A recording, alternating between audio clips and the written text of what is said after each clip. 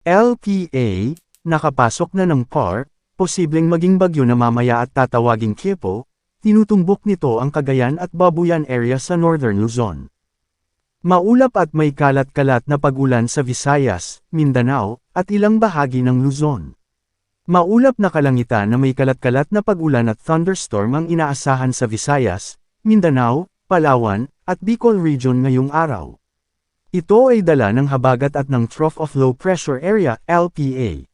Sa Metro Manila at nalalabing bahagi ng Luzon, inaasahan ng bahagyang maulap hanggang maulap na kalangitan na may pulu-pulong pag-ulan. Significant weather threat today, malalakas na pag-ulan, moderate heavy rains, Maguindanao del Norte, Sultan Kudarat, Sarangani.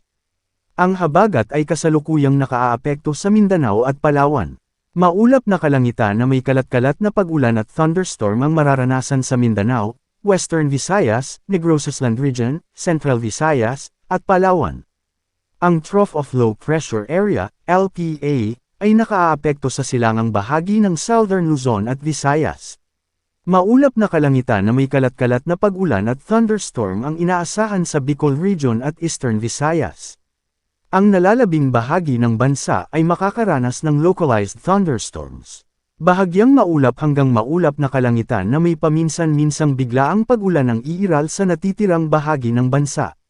Narito ang lagay ng alon at hangin sa mga baybayin ng bansa.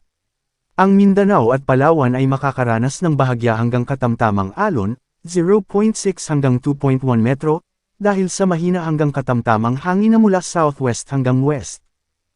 Ang Visayas, Central Luzon, at nalalabing bahagi ng Southern Luzon ay makakaranas ng bahagya hanggang katamtamang alon, 0.6 hanggang 1.5 metro, dahil sa mahina hanggang katamtamang hangin na mula northeast hanggang northwest.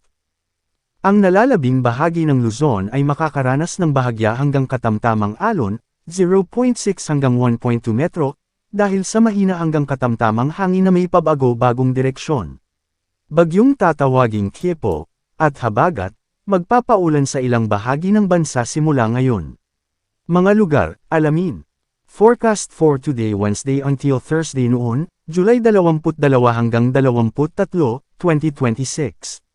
Moderate to heavy rains. Lanao del Sur, Maguindanao del Norte, Sultan Kudarat, Sarangani. Forecast for Thursday noon to Friday noon, July 23 hanggang 24, 2026. Moderate to heavy rains. Antique, Negros Occidental, Negros Oriental, Zamboanga Sibugay, Zamboanga del Sur, Lanao del Norte, Lanao del Sur, Maguindanao del Norte, Sultan Kudarat, Sarangani, Cagayan. Forecast for Friday noon to Saturday noon, July 24 hanggang 25, 2026. Heavy to intense rains. Cagayan, Apayao, Abra, Ilocos Norte, Ilocos Sur, moderate to heavy rains.